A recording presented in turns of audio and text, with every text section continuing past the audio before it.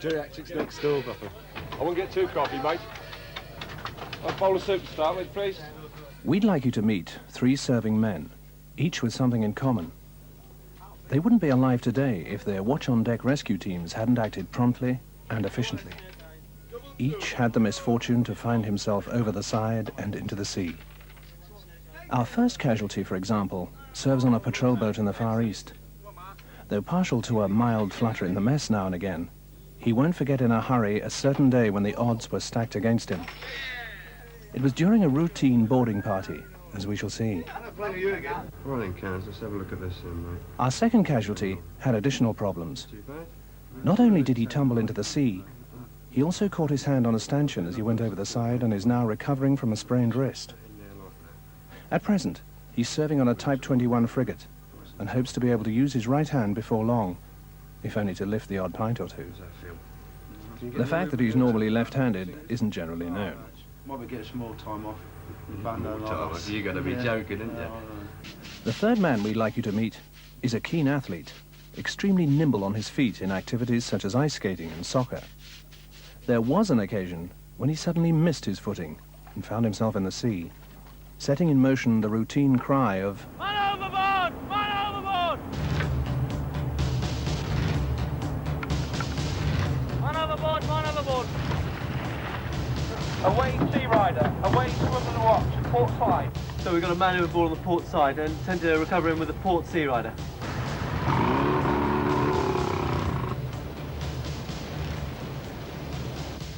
Signalman, hoist flag Oscar. It doesn't take long for someone in the sea to succumb to the dangers of hypothermia. In the colder waters of the English Channel, for example, he could be dead within 15 minutes if not rescued in time. This means that everyone on board must know the correct drill in an emergency. A mistake on anyone's part could add further casualties even before the man overboard is recovered. The use of an RIB is just one way of recovering a man overboard. This and other methods will be examined in the course of this program.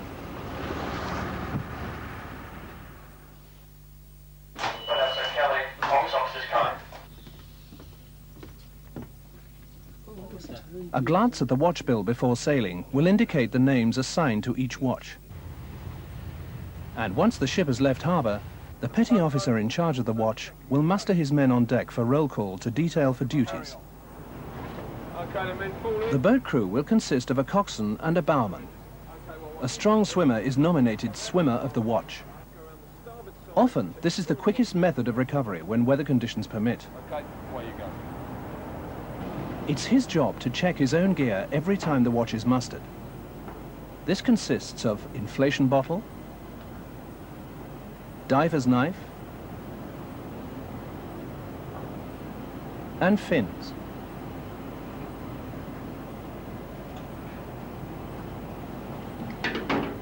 The dry suit must be thoroughly checked for leaks and good operation of the zipper. In addition, the modified harness must be checked for damage to the stitching. The harness is attached to a line from the single-arm gantry, and the swimmer always sees that the line is free running in the 2-ton Tufnell block and ready for immediate use. The RIB, in this case a sea rider, is checked by the coxswain at the start of each watch. Apart from making sure that it's inflated to the correct pressure, he checks the electrical system, which includes navigation lights and a searchlight if fitted. Fuel tanks must be full and the engine control system correct.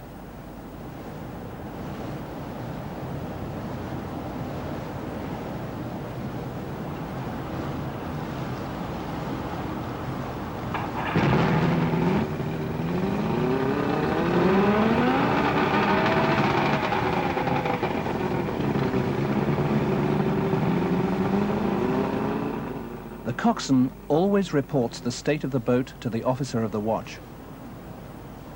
At the same time, the lifting equipment for the RIB must be proved. There are different types, depending on the class of ship.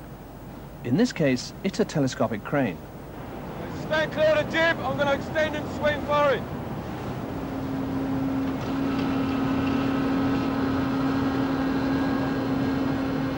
A key member of the recovery team is the lifebuoy sentry. He's usually stationed on the flight or quarterdeck, or in a secondary position higher up for use in bad weather and with communications to the bridge. His sole job is to be a lookout. He will raise the alarm should he witness or be warned of any incident involving a man overboard. On taking over a watch, his first task is to test the lifebuoy alarm connected to the bridge. This is known as the closing up routine. Bosun's, mate. Lifebuoy sentry closed up. Permission to test alarms. Roger, stand by. Officer Watch, sir. Request permission to test lifebuoy alarms. Approved. Test lifebuoy alarms. Approved. Test lifebuoy alarms. Lifebuoy alarm correct. You are reminded you are stern lookout. Roger. The lifebuoy sentry must never leave his position, and never must he read on duty or sit down. His job is to be constantly on the alert and keep a sharp lookout astern. Someone's life may depend on it.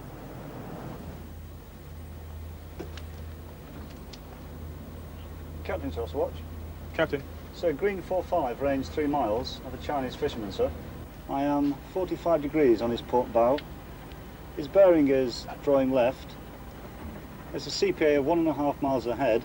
I'd like to close in and investigate him, sir. What's his heading? His heading's westerly, sir. Roger, board him. Aye, sir. Starboard 15. The same procedures apply to the launching of an RIB for a sortie of this nature as they would for a man overboard situation. Carry on with the sea rider! We're ready! Stand by, forward. Stand by, aft. Ready in the boat. Ready in the boat.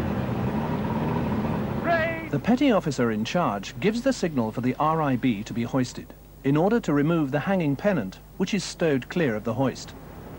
Ready in the boat. Ready in the boat. Lower. On the way down, the next order is given. Cock the RFD. Cock to the boat. In the cocked position, the RFD hook retains the RIB until such time as the swell takes over. On your head.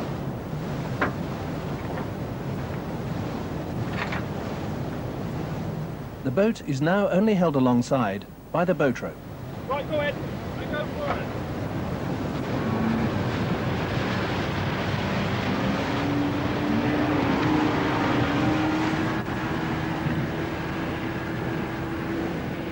After the boat has left the ship, the boat rope is made ready to receive the boat alongside when it returns.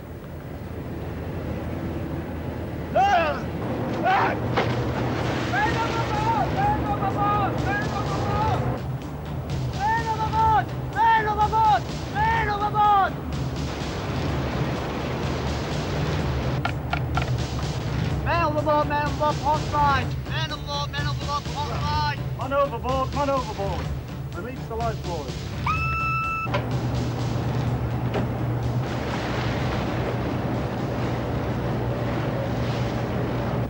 Quartermaster, make the pipe. Man overboard, port side.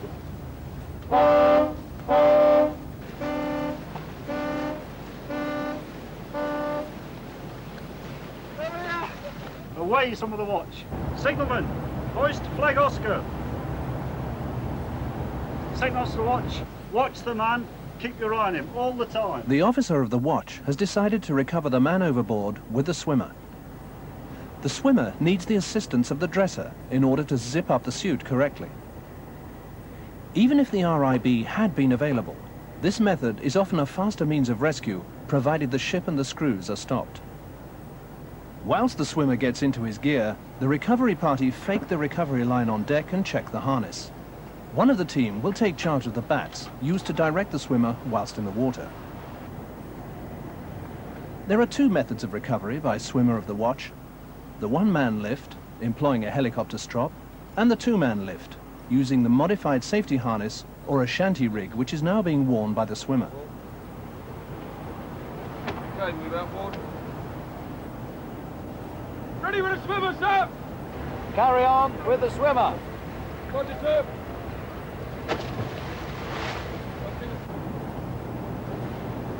Vent your suit. Watch the bat. Over here. Over here. Obviously, in cases such as this, when the man overboard is close to the ship, using the swimmer is faster than using the seaboat.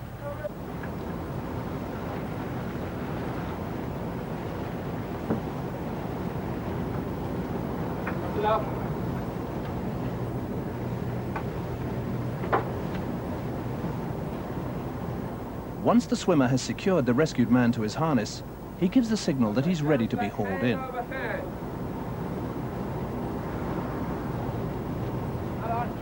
The petty officer now takes charge of the recovery party to ensure that hauling in is always done smoothly, hand over hand.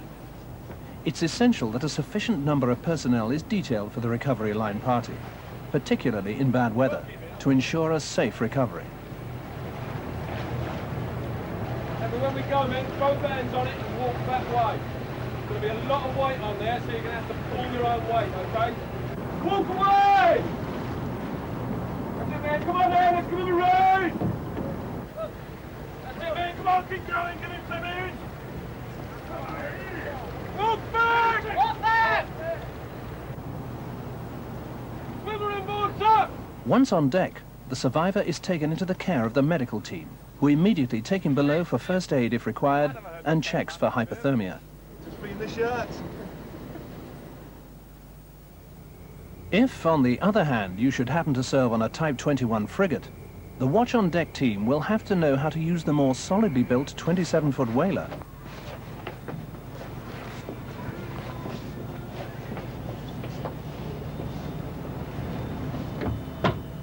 Right, listen, Gardner, coxswain, make sure you check the boat out after the muster. Harwich, check the radios out. Bam, you carry on, helmsman. Lifebuoy sentry. Someone to watch? 5 minutes notice? Fine. Right, fellows, let's check it out. Let's go.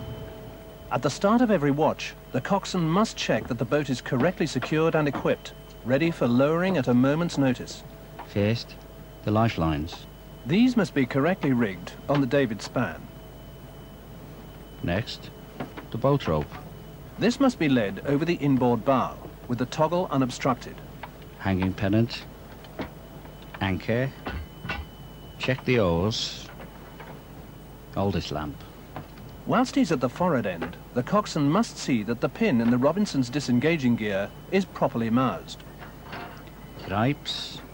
These hold the boat in position at the davits, so that it doesn't roll in a seaway. Well, next, there's the bung. Usually when the ship's in harbour, this is left off to let any rainwater drain away. Now that we're at sea again, it should be in place, in case of emergency. Fuel tank. Just as well to make sure that this has been topped up. The tiller should be stopped inboard. Hanging pennant. The steel wire hanging pennants too must be stopped back. Flares.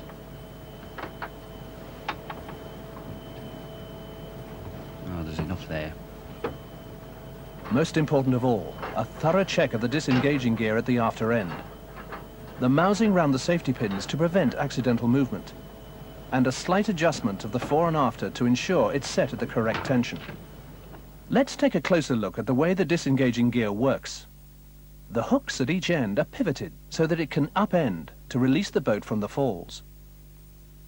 But each is prevented from doing this because its toe engages in the nose of a pivoted lever.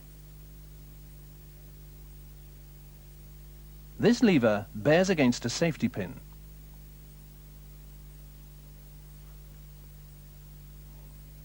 When the weight of the boat is on the pivoted hook, the lever at its toe is forced back onto the safety pin, so that the pin cannot be withdrawn.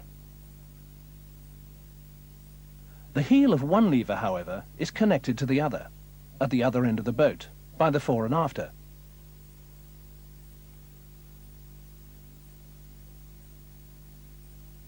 If this is set up taut, these heels will be drawn towards each other, freeing their safety pins and allowing them to be withdrawn.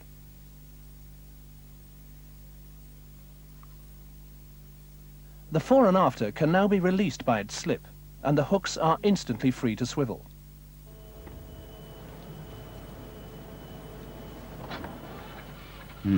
Just turn the engine over. First, Check no one's in the way. Stand by below!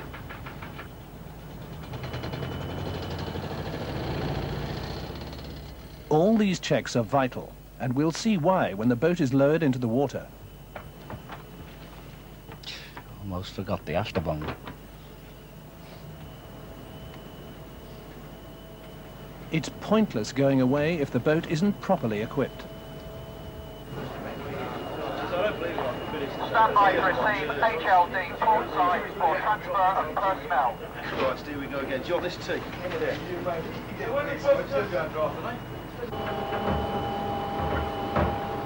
It's in Castle, slip the top guard rail.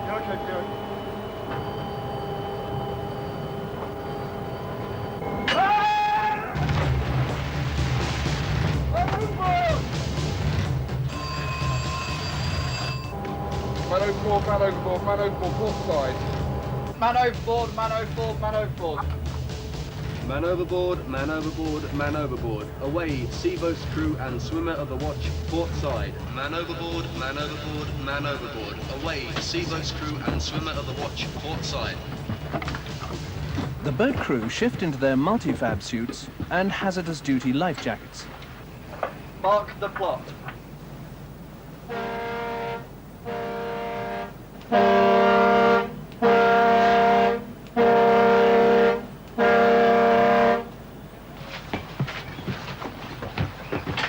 Away, seaboat. Starboard watch, all seamen muster in the starboard waist.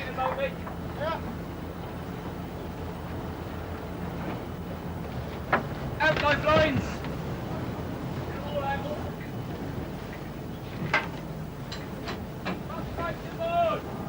Ready in the boat! Off! Gripes! Because of the tendency for a boat to swing out, the gripes must never be slipped before the boat is fully manned. Select lower! Lower selected. Hold on to your lifelines. Lower handsomely.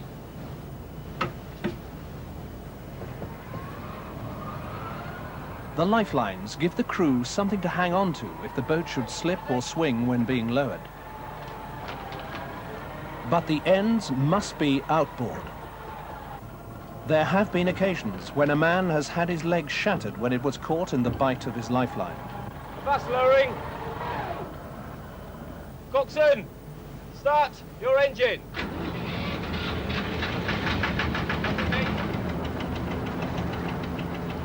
Tell the bridge, seaboat is at deck level, engine running. Whaler at deck level, engine running. Bridge, roger. Carry on with the seaboat when ready. Lower handsomely. Bridge.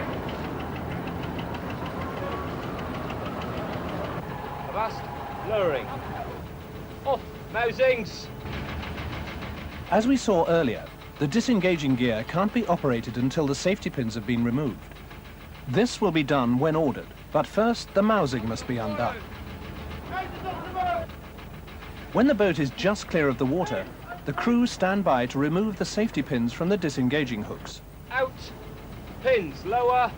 Roundly. To avoid the danger of the bows dropping before the stern, the after pin is removed first, followed by the fore and after pin. The order to slip must be timed so that the boat will drop onto the top of the swell and not into the trough. Otherwise the boat will be damaged and the crew injured. The whaler is now only secured to the ship by the boat rope. The boat rope, in conjunction with the tiller lashed inboard, enables the boat to sheer away from the ship's side when it's slipped. Moreover, it prevents it from broaching to if the falls fail to release correctly. It's imperative that the position of the man in the water is not lost from sight, particularly in bad weather or poor visibility. Whilst the man overboard is waiting for rescue, the watch on deck prepare for the recovery of the boat. Hoist away.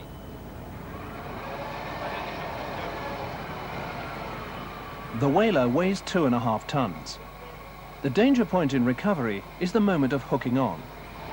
Fast hoisting. On anti-shock strops. In a seaway, the shock of the boat plunging up and down would damage the boat's slings and falls. So anti-shock strops made of polyamide are attached to the falls first of all. Out hanging pennants.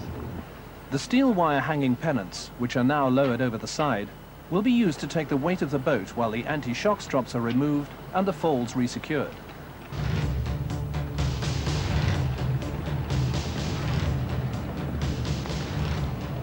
So the bridge ready in all respects to recover the sea boat.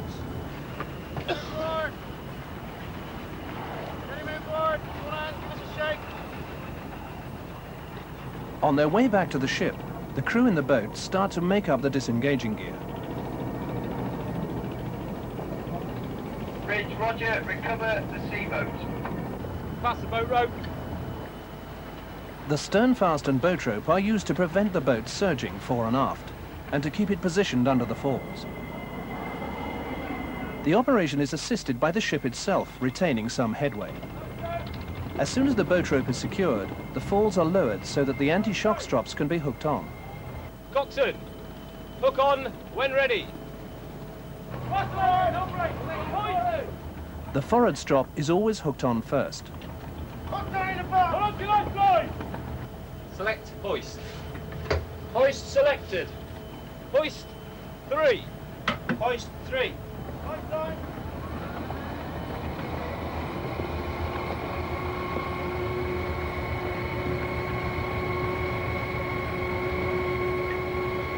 As soon as the boat is clear of the water, the coxswain switches off the engine. The crew and the rescued man pass the lifelines over the side. Hoisting is stopped as soon as the boat is high enough for the hanging pennants to be hooked on.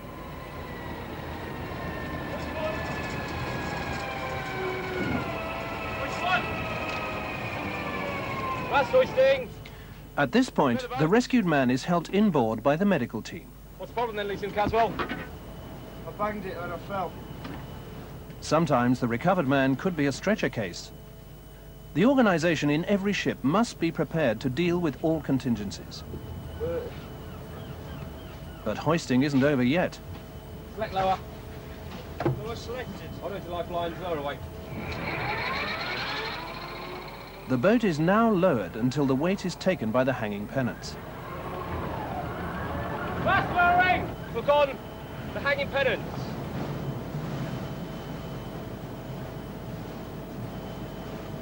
Select lower. Lower selected. Lower 1. Lower 1. This means that the anti-shock strops can now be removed, Unhook anti-shock strops. and the falls lowered and attached direct to the disengaging hooks.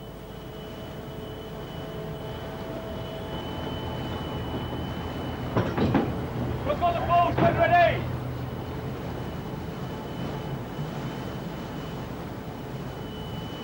Select hoist. Hoist selected. Hoist 1. Again. Hoist 2. Unhook hanging pennant, plus level. Once these pennants are unhooked, they must be passed outboard so that they're safely clear.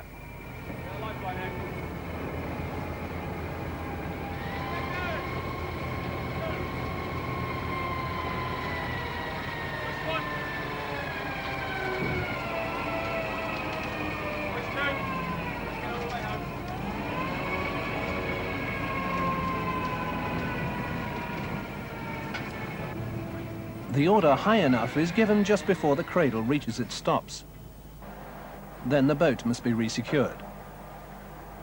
First, the gripes are passed and secured,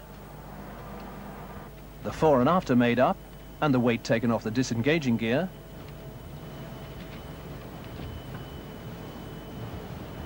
the hanging pennants secured to the davits, and the tiller stopped in board. With the continuing use of the whaler as a seaboat in the years to come, it's up to all personnel concerned to be familiar with the correct launch and recovery procedures.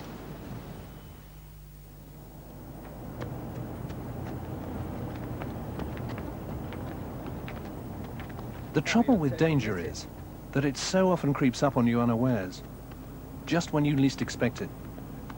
Our nimble-footed athlete was not expecting it either. Man overboard! Man overboard! Man overboard! Man overboard!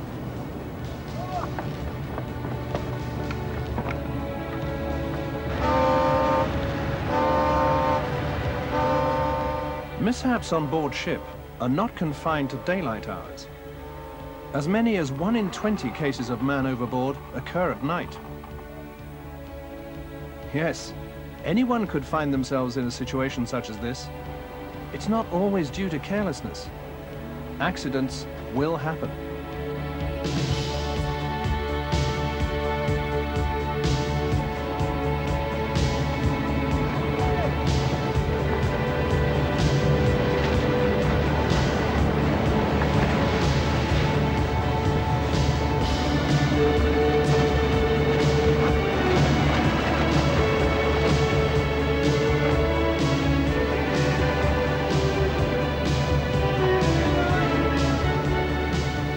What must be remembered is that the success of any rescue operation depends on every member of the watch on deck reacting with speed and confidence as part of the recovery team.